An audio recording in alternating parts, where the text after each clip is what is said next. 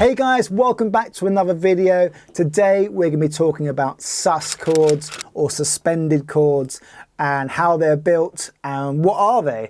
So the first chord that I was playing was called a D sus2,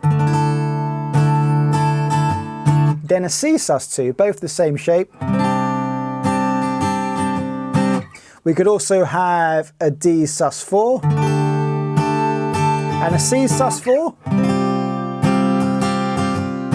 Now let's go over to the computer and analyze this D sus2 so I can explain to you how it's built, these sus chords, and why it's called a sus chord. So over here we can see we have a root on the 5th fret, then a perfect 5th, then another root an octave higher, a major 2nd, and a perfect 5th. What makes this a sus2 chord is the fact we have a major 2nd in there, and you'll notice there's no 3rd. So in order for this to be a major chord or a minor chord or any type of chord like a diminished or augmented, you need to have a 3rd in there. This is why it's called a sus chord or a suspended chord. Now let's say we did have a 3rd in there. So let's take one of these 5ths and then put a major 3rd in there. This would no longer be a sus chord, it would be an add 9 chord or an add 2 chord. So we call anything that has a 2nd in a higher register a 9th. If you had a 6th in there, it'd be a 13th. If you had a 4th, it'd be 11th. But you can say an add 2 if you want. So that is an add 2 chord or an add 9 because it has a major 3rd in there. That would be an add 2 because there is no major 7th in there as well. So we could add a major 7th like this, and that would be, oh no, we don't want to make that the root, let's make this the root. Now this should sound pretty beautiful, almost impossible to play. There we go. You can't really play this, but that's a good way to play it. But we've gone off topic. So a sus chord is basically a chord with either a major 2nd and no 3rd, or a sharp 4. Oh no, or a 4. Sorry. So a perfect 4th. We could move that 2nd here. So this would be a sus4, and it wants to resolve back to your major chord.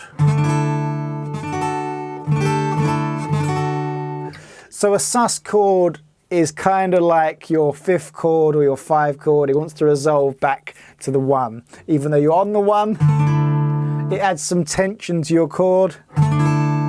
It's really cool to kind of end on that chord though. I like that suspense. It's nice suspense if that's what you call it. You don't have to keep playing this shape. There is other shapes you can play. So here we have an A major E shape. Now we want to make a sus2, so what we're going to do is we're going to lower that 3rd 2 frets. That's going to be quite difficult to play.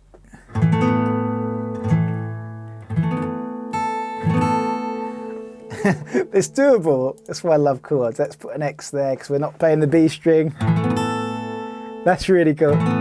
You could just play the top 4 strings or the bottom 4 strings. There's a sus chord for you there. Or we could play my favourite chord of all time, so we move this up there. And now let's make... This is an intense chord.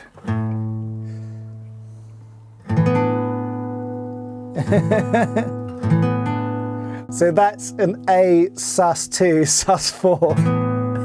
But you can add in your 3rd there. That's one of my favourite chords. So that would be an add 9. So let's move that back because you have your major 3rd in there. That's one of my favourite chords of all time. And you can take off your 2nd finger, which would lower it to a minor 3rd. So you've got a minor add 9, absolutely stunning. it's quite a stretch, but you can play all these kind of cool chords.